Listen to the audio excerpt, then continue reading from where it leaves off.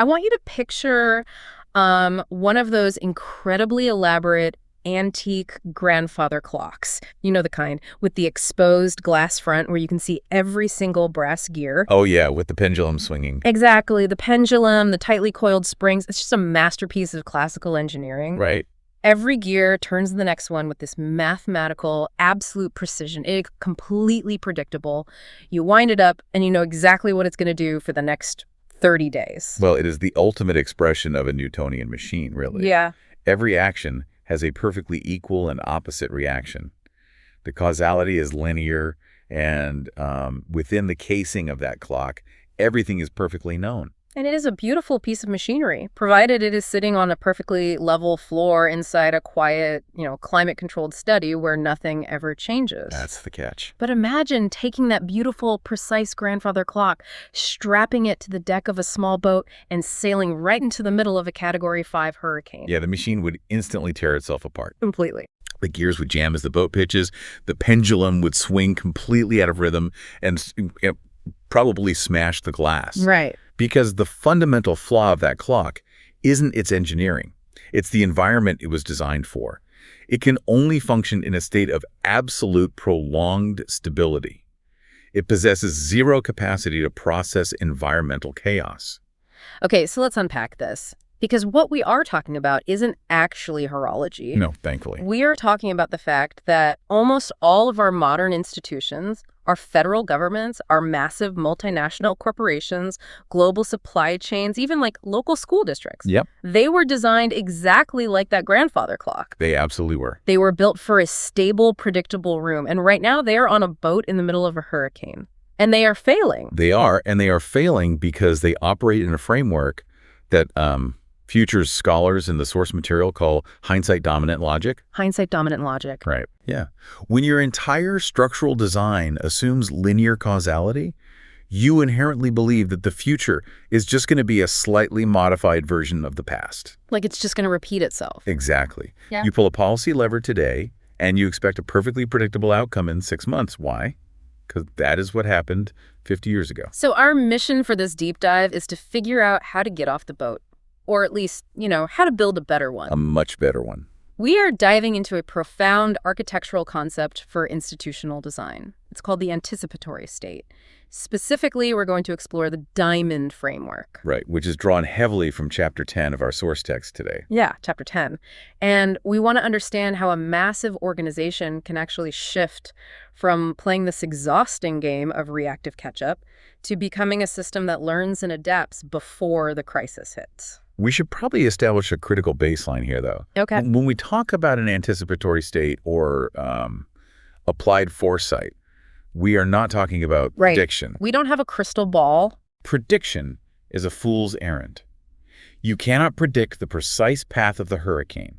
The objective, as outlined in the text, is to build a disciplined capacity to prepare for multiple futures. Multiple futures. It is a fundamental shift from building a rigid machine to cultivating a learning organism. A learning organism. I want to hold on to that concept because the contrast between a machine and an organism is central to escaping this trap we're in. It really is.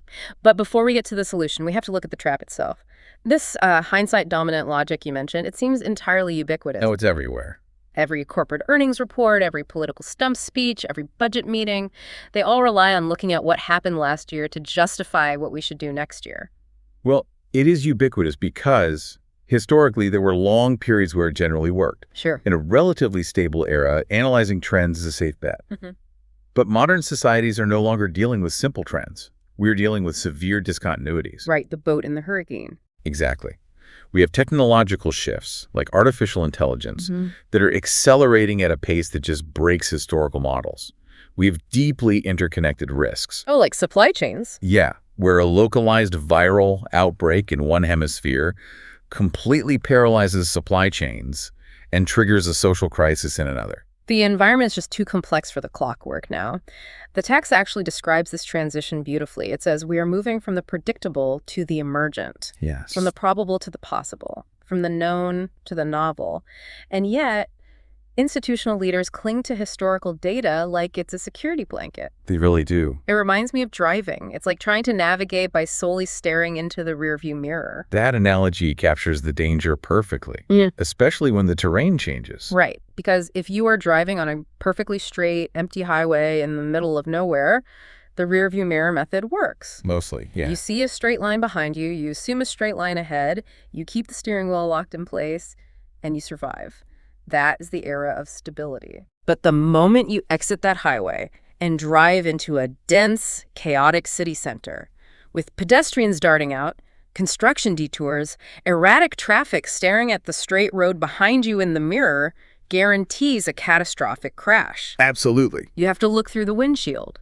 So if looking out the windshield is so obviously necessary, why are bureaucrats and executives so terrified to do it? Because the rear-view mirror offers the illusion of objective safety.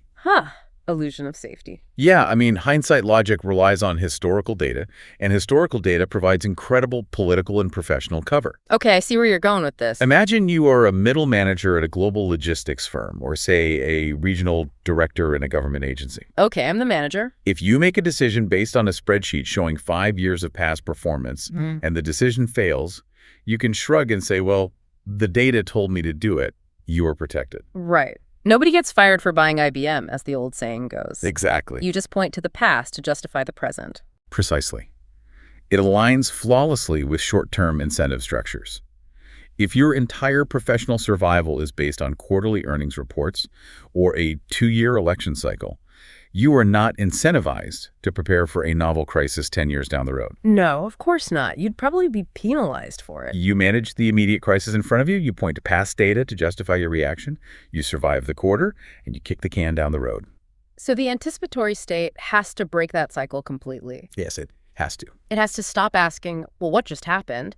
And start asking, what are the multiple ways this situation could unfold, and how do we prepare the plumbing of our institution to absorb whichever reality arrives? And that requires a total rewiring of how an institution perceives reality. Yeah.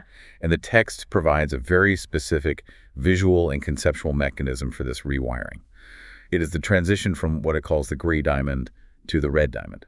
Okay, let's visualize this for everyone. We have a diamond shaper, a rhombus with 4 points, top, bottom, left, and right. In the old model, the hindsight model, this is the gray diamond. And it basically just asks one question. How does society function right now? The gray diamond is a descriptive lens. It is purely diagnostic. It breaks society or an institution down into 4 high-frequency spheres. Okay, walk us through them. At the top, you have politics. This is the realm of identity, shared values, the contest for power, and determining collective direction. Right. Then on the right side, you have economics. How do we resource our actions? How do we produce things, allocate wealth, manage trade? Exactly. On the left side, you have the physical environment, the material reality we exist in, our infrastructure, our natural resources, our ecological constraints. And at the bottom, society, the social milieu. This is about cultural norms, trust levels, social cohesion, and how we actually live together on a daily basis. Now, a traditional government or corporation spends all its time analyzing those 4 gray spheres. Right, doing surveys and stuff. They poll the politics, they measure the economics, they survey the environment, they study the society, but they are just describing the present moment. Just taking a snapshot. Yes, they are looking in the review mirror to catalog what already exists. So if we want to build this anticipatory state, we have to swap out the lens entirely. The text says we shift from the gray diamond to the red diamond. That's the shift. The question completely changes. We stop asking, how does society function? And we start demanding to know, how does society prepare? Which is a very different question. Right. We shift from descriptive analysis to applied foresight. And when we do that, those 4 points on the diamond actually mutate into entirely new concepts. This color shift is where the theoretical rubber meets the road. Let's look at the top point first. Politics evolves into vision. The text calls this anticipatory politics. I found this fascinating because, politics usually implies endless bickering over current power dynamics. Vision implies a direction that survives the bickering. It forces the system to establish a long-term, anticipatory direction that transcends short-term electoral cycles. Right. It isn't about which party holds the majority today. It is about defining the existential necessities of the institution or the state decades from now. The text highlights some remarkable global examples of this. Yeah, Singapore's 50-year water strategy is like the gold standard here. It really is. They became an independent nation in the 1960s with essentially no natural freshwater resources. None. They were entirely dependent on importing water from Malaysia. Now, in a gray diamond world, the politics of that would just be negotiating water treaties every few years and reacting with panic during droughts. A purely reactive hindsight approach would leave them perpetually vulnerable. But they shifted to the red diamond, they applied vision, they said 50 years from now, we must have absolute sovereign water security regardless of geopolitics or climate. And that vision forced them to aggressively pursue deep tunnel sewage systems, massive desalination plants, and advanced water recycling, what they called new water. They framed what mattered decades in advance, and the political will organized around that foresight rather than the immediate news cycle. The UAE Century Project is another prime example from the text. Oh, definitely. They are consciously attempting to map out civilizational priorities for the year 2071. That is the essence of vision. It is. But vision without resourcing is just a hallucination. Which brings us to the right point of the diamond. Economics evolves into exchange. Anticipatory economics. Yes. In the gray diamond, economics is about next quarter's GDP or this year's fiscal budget. In the red diamond, exchange is about the strategic pre-positioning of capability. Your positioning. If your vision dictates that you will need sovereign water security in 50 years, exchange is the process of physically building the supply chains, acquiring the raw materials, and developing the human capital to build those desalination plants before the drought actually hits. You are aligning your capacities before the crisis demands them. Exactly. I think about this in the context of a company. If your vision says AI is going to fundamentally change your industry in 5 years, exchange means you start hiring data scientists today, not when your competitor suddenly releases a product that puts you out of business. It is the forward deployment of resources based on anticipated futures. Right. Now let's move to the left point of the diamond. The physical environment sphere becomes context. And the text ties context very heavily to two specific words: abundance and accountability. Anticipatory environment. And I have to be honest here, I hit a wall with the phrase preemptive accountability. It is a really counterintuitive concept for most people. It is. Because in every corporate job I've ever had, and in every government scandal you see on the news, accountability is a purely retrospective weapon. Always. A bridge collapses, an agency loses $1 billion, a product injures a consumer. Then, and only then, we convene a committee to figure out whose head goes on the chopping block. Right, the blame game. Accountability means punishment after the fact. So how on earth do you have accountability for something that hasn't even happened yet? The phrase almost sounds like a paradox. You are viewing accountability through the Newtonian hindsight-dominant lens. You are viewing it as the punishment that follows the failure. Yeah. In the architecture of the red diamond, context and preemptive accountability are about structural alignment. Structural alignment, meaning like the way the organization is physically wired. Think about it from a systems engineering perspective. Preemptive accountability means aligning the architecture of the system before execution begins to ensure that failure is structurally mitigated. Okay, how does that work? It asks a series of preventative questions. Does the person assigned to this crucial task actually have the budget to achieve it? Do their incentives align with the long-term vision, or are they being paid bonuses for short-term cost-cutting? Does their authority genuinely match their level of competence? Oh, I see. So if I am put in charge of modernizing that water grid in Singapore, but my boss refuses to give me a budget and the procurement department refuses to let me hire specialized engineers, I'm structurally doomed from the start. And if the water grid fails 10 years later, society will demand your head in the name of accountability. Right. But the failure didn't happen 10 years later. The failure happened on day one because the context was structurally misaligned. Wow. Preemptive accountability identifies those misalignments early. You refuse to assign responsibility without corresponding authority and resources. That makes profound sense. When you align those things correctly in advance, the text argues you achieve abundance because the system is operating without internal friction. It is designed to meet future conditions rather than struggling to overcome its own internal contradictions. You design the plumbing correctly while the walls are still open, instead of firing the plumber after the house is flooded and ruined. Yes. It's structural prevention. Okay, what about the final sphere at the bottom? Society evolves into evolution, which the text also describes as adaptability. This is anticipatory society. In a reactive world, governments love master plans. A 20-year master plan for urban development. A 10-year master plan for carbon reduction. Do you love those? And the problem with the master plan is that it's a brittle document.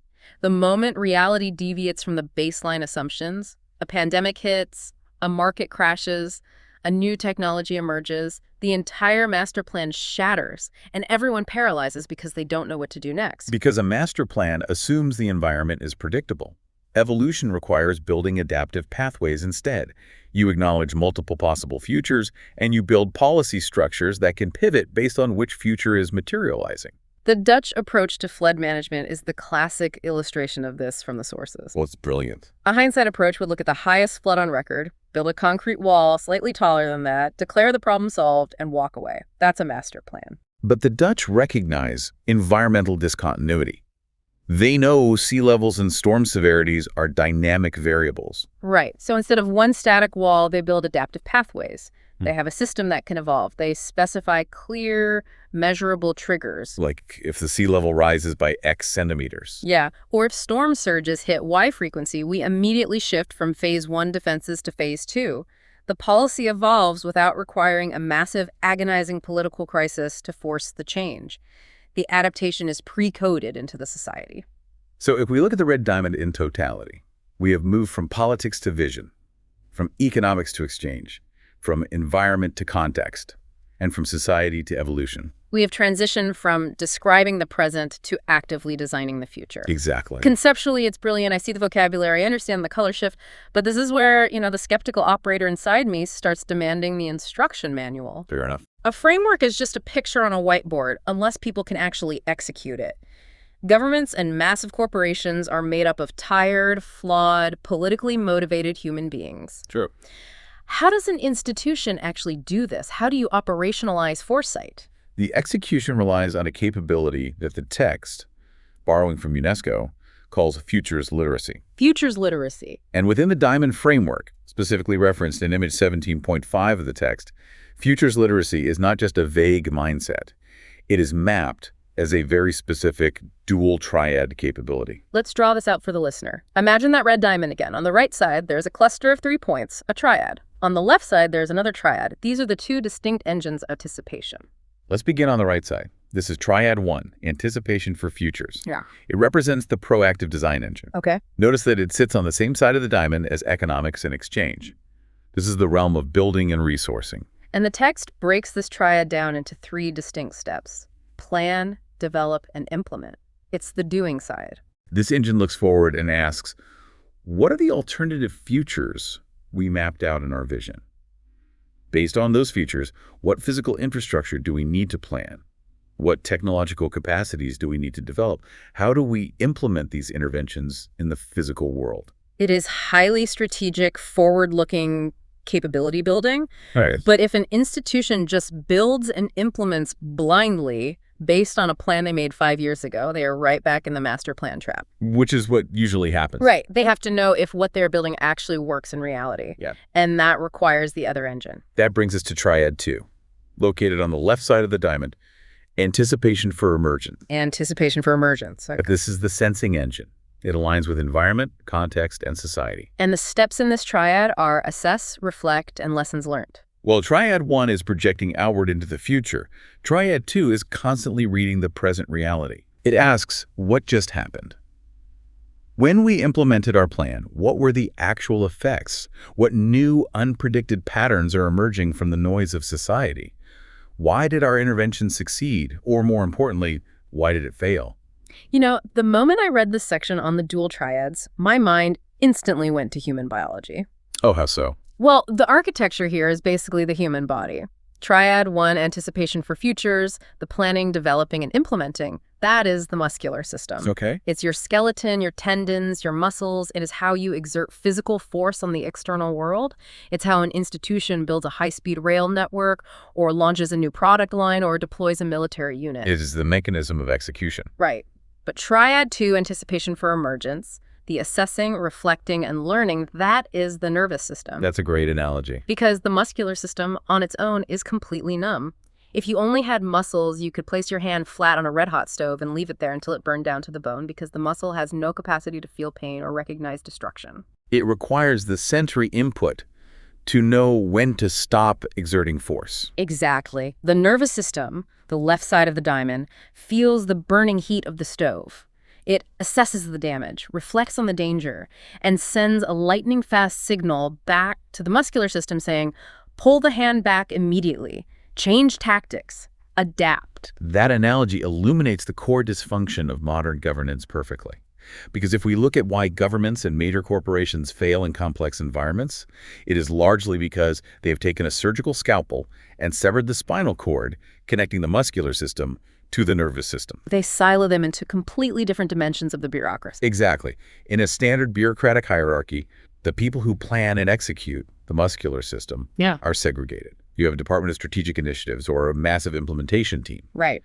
And completely divorced from them, often in a different building with a different reporting structure, you have the people who assess and evaluate the nervous system. Yeah. You have an Office of the Inspector General, or an independent audit department, or an external risk management consultancy. And there is zero real-time communication between them. Run. The planners build the multi-billion-dollar project, and the auditors don't even look at it until 3 years after it's finished, usually when it's already a public disaster. Right. And frankly, the culture in these institutions ensures they despise each other. Oh, absolutely. The muscular system views the nervous system as a group of pessimistic bean counters whose only job is to find mistakes and ruin careers. And the nervous system views the muscular system as reckless cowboys spending money without accountability. They're adversaries rather than two halves of a single biological organism. Yeah. The structural brilliance of the Diamond framework is that it completely rejects this segregation. Futures literacy demands that learning and foresight operate as a unified cyclical system. You cannot ethically implement without an immediate integrated capability to assess. You cannot assess data without a structured mandate to reflect upon it. I'd encourage anyone listening to hold up a mirror to their own organization right now. Look at your own company or your own department. Are your builders and your evaluators drinking coffee together? Good question. Are your planners constantly updating their models based on the pain signals your auditors are sensing? If your planners are totally disconnected from your learners, you are driving a car with a severed steering column. You have a broken machine. Recognizing the disconnect is the first step. But having the two engines on the Diamond isn't enough. The critical question is, how do these two engines, the muscular design on the right, the nervous system sensing on the left, actually interact dynamically? Right. How do they move? How do they transfer energy without grinding against each other and seizing up? Because if they just sit on opposite points of a rhombus, they are static. They have to move. They rotate. They move in a continuous clockwise cycle on the operational plane of the Diamond. The text portrays this as the heartbeat of the anticipatory state. It is an 8-stage cycle that constantly spins. Let's walk through this spin because this is where the abstract theory becomes a brutal, rigorous operational checklist. Okay. We start at the very top of the diamond, stage 1. Stage 1 is task. This is the translation of vision into a concrete directive. What is the specific, defined intent? From the top, we start spinning clockwise down the right side, the muscular side. Stage 2 is plan. Plan is where you allocate resources, establish timelines, and explicitly state your assumptions about how the task will be achieved. Okay, stage 3 is develop. Develop is the capacity building phase. Before you can execute, you might need to develop new software, train your personnel, or run small-scale pilots to build the necessary skills. And that brings us to the bottom point of the diamond. Stage 4, implement, the do phase. The rubber hits the road. Implementation is where the plan collides with reality. It is where you exert force on the world. So we've moved all the way down the right side. Now, having hit reality at the bottom, the spin continues upward along the left side, the nervous system side. Stage 5 is assess. The immediate measurement of the real-world outcomes against your original intentions. Are we actually seeing the results we predicted? Stage 6 is reflect. Assessment just gives you data. Reflection demands interpretation. Why is there a variance between what we planned and what actually happened? Was our assumption wrong? Did the environment change? Stage 7 is learn. Taking the insights generated by reflection and translating them into new, formalized capabilities or refined understandings. And finally, arriving back near the top, stage 8, Character. Yes. Integrating that hard-won learning into the actual identity and structural behavior of the institution, which immediately informs a refined, evolved task as the cycle starts all over again. Task, plan, develop, implement, assess, reflect, learn, character. This continuous, unbroken rotation is described in the text as a gyroscopic engine. A gyroscope. Think about the physics of a gyroscope for a second. If you take a toy gyroscope and just set it on a table, it immediately falls over. It has a tiny footprint. It is inherently unstable. But when you pull the string and get it spinning at high RPMs, it stands perfectly upright. You can bump it, you can tilt the table, you can put it on the deck of a boat in a hurricane, and the gyroscope will resist the environmental chaos. The stability is not a product of mass or rigidity. The stability is a product of angular momentum. The spin is the stability. In a hyper-complex world, an institution cannot survive by building thicker concrete walls or rigid master plans. It maintains stability through the relentless velocity of this learning cycle. Oh, exactly. If the cycle slows down, like if a government takes 5 years to assess a policy it implemented, the gyroscope wobbles. If the cycle stops, the institution falls over. And this brings us to a conceptual mechanism in Chapter 5 that truly anchors this entire framework in operational reality, the concept of opposites. Opposites, okay. If you look at the 8 stages mapped on the diamond, the stages that sit directly across from one another are inextricably bound. They generate criteria for each other. I found this part deeply elegant because it removes the fluff from corporate jargon. Let's look at the vertical axis first. At the very top is task. Exactly opposite at the very bottom is assess. They are operational mirrors. The definition of your task simultaneously creates the exact standard by which success will be assessed. They force structural clarity. Give us an example. Let's say a city council issues a task. They say, we want to improve urban green spaces. That's a terrible, vague task. And because the task is vague, the assessment at the bottom of the diamond will be entirely subjective and useless. Exactly. How do you assess improved? One politician says they planted a tree, so it's a success.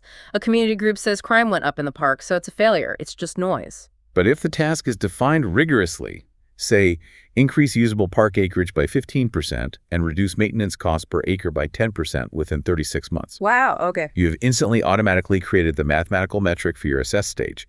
You cannot have a rigorous assessment without a precise task. There are two sides of the same coin. Yeah. Let's look at the next pair of opposites.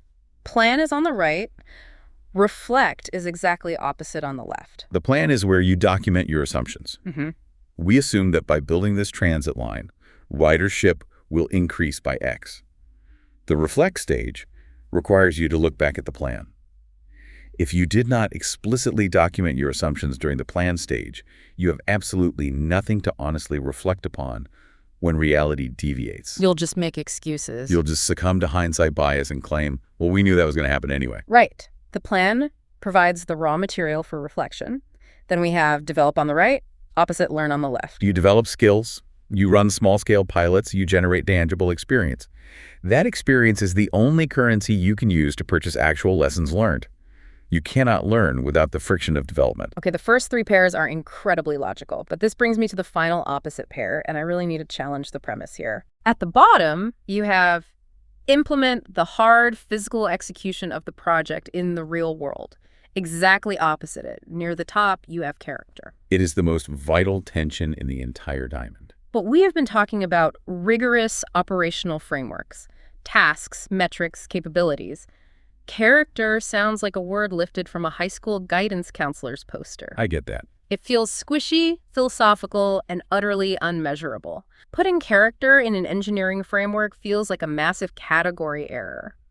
How can character be an operational component? I completely understand the skepticism. It sounds ethereal, but the text marshals significant institutional and psychological analysis to argue that character is not a rhetorical slogan. It is a measurable operational output. An output, not an input. Usually we think of character as something you hire for. We hire people with good character. Hiring ethical people is an input, yes, but institutional character is what an organization becomes through the crucible of this cycle. Character is forged by how the system behaves under stress. Okay, walk me through that. Think about the opposite pair. Implement and character. Implementation is the collision with reality. Budgets tighten, supply chains break, the public gets angry, the media starts asking questions, the original plan starts to fracture. Things go wrong. Implementation under stress exposes the true identity of the institution. It is the ultimate diagnostic test of character. Does the organization have the capacity to endure the severe discomfort of honest reflection? So if a government agency hits a massive roadblock during implementation, and their immediate response is to fudge the numbers, hide the failure, and pretend everything is fine during the assess stage, their character is structurally degrading. Yes. And the text provides a devastating, granular, cautionary tale to illustrate this exact failure, the case study of the city of Riverton. Let's dive into Riverton because it proves that you can have all the right diagrams and still fail miserably if you break the gyroscope. Riverton is a textbook example of a system trying to adopt the aesthetics of anticipation without the reality of it. The aesthetics, I like that. The city leadership attempted to implement a cyclical planning reform. On paper, it looked like the Red Diamond. They built sophisticated digital dashboards, they instituted quarterly assessment cycles, they used all the correct terminology about agile governance and data-driven policy. Right, they bought the gym membership and wore the workout clothes, but they didn't actually lift the weights. Exactly.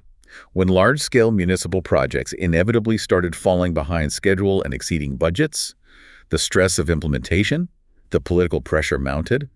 Senior leaders, fearing electoral backlash, began instructing staff to alter the data. Yikes. They reclassified delayed projects as on track. They omitted massive cost overruns from the public dashboards. They manipulated the assess stage. They took a hammer to the nervous system so they wouldn't have to feel the pain of failure. And because the assessment data was now fraudulent, honest reflection became impossible. You cannot reflect on a lie. Because they couldn't reflect, they couldn't learn. And because they actively chose to subvert the learning cycle for short-term political survival, the character of the institution rotted from the inside out. The text calls this performative governance. They were performing the act of being an anticipatory state while functioning as a terrified, reactive bureaucracy. Yes. They talked endlessly in press conferences about ethical leadership, treating character as a PR slogan, while operationally rewarding deception. The gyroscope stopped spinning. When you sever the link between honest assessment and learning, the momentum dies. The city fell over. Public trust evaporated, critical infrastructure projects stalled out completely, and the entire framework collapsed into scandal. Wow. Riverton proves that the Diamond framework isn't magic, it is highly demanding. It requires the institutional courage to look at ugly, unfavorable assessment data and own it.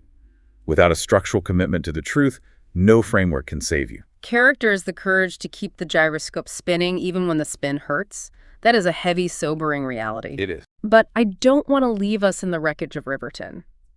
Theory is fascinating, failures are instructive, but I want to see the anticipatory state succeed. Naturally. I want to look at a system where the Red Diamond is fully operational, where the dual engines are firing, where preemptive accountability is built into the plumbing. And the text points us toward one of the most remarkable case studies in modern governance, Estonia. Estonia is arguably the world's purest manifestation of an anticipatory digital-first state. And it's worth noting here, just to set the boundaries of our discussion for everyone listening, we are looking at Estonia purely as an architectural case study from the text. We are exploring the plumbing and the code of their digital infrastructure to see how these theories manifest in the real world. Right, we are just looking at the framework. Yeah, we aren't wading into partisan politics or endorsing specific platforms. We are just geeking out over how they built the machine. And the machine they built is extraordinary, particularly when you understand the context of its creation. To understand Estonia's architecture, you have to look at their reality in 1991. They had just regained independence following the collapse of the Soviet Union. So they're starting from zero. Less than zero, in many ways. They were a small nation, roughly 1.3 million people. They had severely limited financial resources, an antiquated legacy infrastructure, and extreme existential geopolitical vulnerability right on their border. If they had adopted hindsight-dominant logic, they would have looked at Western Europe, seen massive, bloated, paper-based bureaucracies, and spent 30 years slowly trying to copy a model that was already becoming obsolete. But they didn't. They bypassed the Newtonian machine entirely and began building a digital-first anticipatory state. Let's map their journey directly onto the four spheres of the Red Diamond, starting with vision or awareness. Anticipatory politics. They didn't just aim for a function in government. They defined a radical long-term task. They committed to establishing a universal digital identity for every citizen, a completely paperless government, and absolute cyber resilience. That vision guided them decades before smartphones or modern cloud computing were ubiquitous. So they set the vision. Then we move to exchange, the right side of the diamond. Anticipatory economics and prepositioning. Having a vision of a digital society is great, but how do you physically build the capacity for it when you have no money? You build a decentralized nervous system. They develop something called the X-road. It is the data backbone of the entire nation. Now, the X-road is a brilliant piece of engineering. It really is. Unlike most governments that try to build one massive centralized database, which is a single point of failure and incredibly expensive to maintain, the X-road is a distributed integration layer. It allows public and private sector databases to link up and operate in harmony. The police database, the healthcare database, the tax registry, the banking system, they all speak to each other securely over the X-road. And they pre-positioned this digital infrastructure, including legally binding digital signatures and interoperable public services, long before most of the world even understood the concept of e-governance. Right. That is the essence of exchange building the capacity before the demand overwhelms you. But building a massive interconnected network of citizen data brings up a terrifying question. What about accountability? Yeah. If every piece of data about my life, my taxes, my medical records, my traffic tickets is accessible on this network, how do you prevent the state from becoming a dystopian surveillance nightmare? This is where Estonia's application of context, specifically preemptive accountability, is globally unique. They didn't just build the network, they built structural accountability into the code itself. Explain how that works for an average citizen in Estonia. In a traditional system, if a police officer or a bureaucrat inappropriately accesses your tax file, you will never know unless an auditor uncovers it years later or a whistleblower speaks up. Accountability relies on a delayed reactive investigation. In Estonia, every single interaction with a database over the X-road is logged using a distributed ledger technology. A blockchain-like audit trail. And let's clarify that for a second. We aren't talking about cryptocurrency here. No. A distributed ledger simply means it's an unchangeable, permanent digital receipt. Once an action is recorded, no one, not even the prime minister, can go back and erase the record. Correct. And crucially, those unchangeable logs are completely visible to the citizen. Through the Citizen Portal, you can log in and see a chronological list of exactly who has accessed your data, when they accessed it, and for what official reason. Oh, wow. If a doctor looks at your medical file, you see it. If a police officer runs your license plate, you see it. I am blown away by the psychological impact of that. Think about how that structural design changes behavior.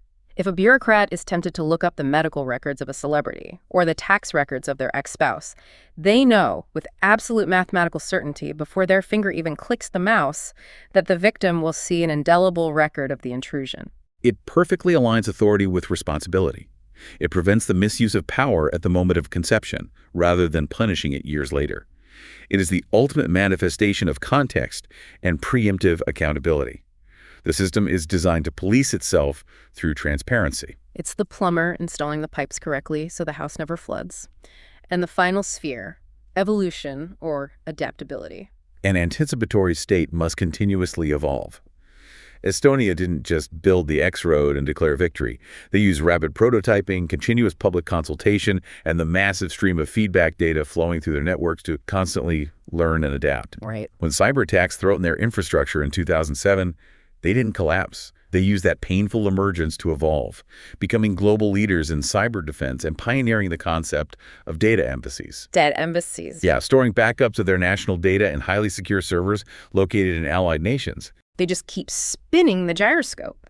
Task, plan, develop, implement, assess, reflect, learn, character, over and over again, generating the angular momentum that allows a small nation to navigate geopolitical chaos. It validates the central thesis of the text.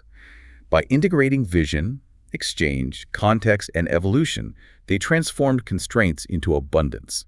They built a learning organism. We have covered an immense landscape today. We've taken a sledgehammer to the grandfather clock. We have recognized the fatal limitations of the Newtonian hindsight-dominant model that most of our institutions are trapped in. We certainly did. We shifted our gaze from the rearview mirror to the windshield, moving from the descriptive gray diamond into the applied foresight of the red diamond. We moved from analyzing the present to designing for multiple futures. We explored the anatomy of futures literacy, understanding why the muscular system of planning absolutely must be structurally wired to the nervous system of assessment. We watched the gyroscopic cycle spin, Understanding how the friction between opposites like task and assess or implement and character creates the momentum for survival. We saw how Riverton failed by lying to itself, and how Estonia succeeded by hard-coding the truth into its infrastructure.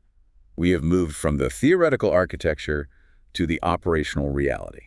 So, what does this all mean for you, the listener? Whether you are advising a corporate board, managing a department of 5 people, or just trying to navigate the overwhelming complexity of your own life, the principles of the Red Diamond apply. They apply everywhere. Stop operating on hindsight logic.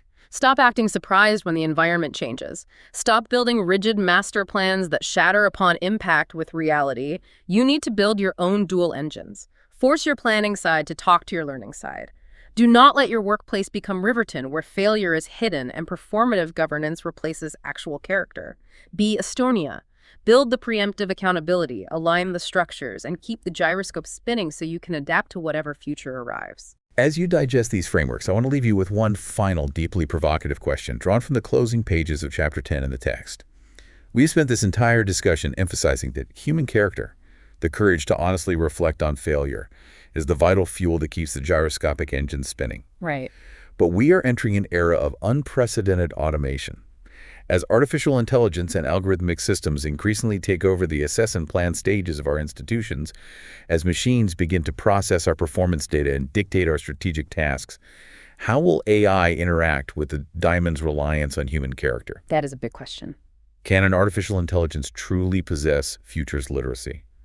Can an algorithm engage in honest reflection and ethical learning, or is it only capable of sterile calculation?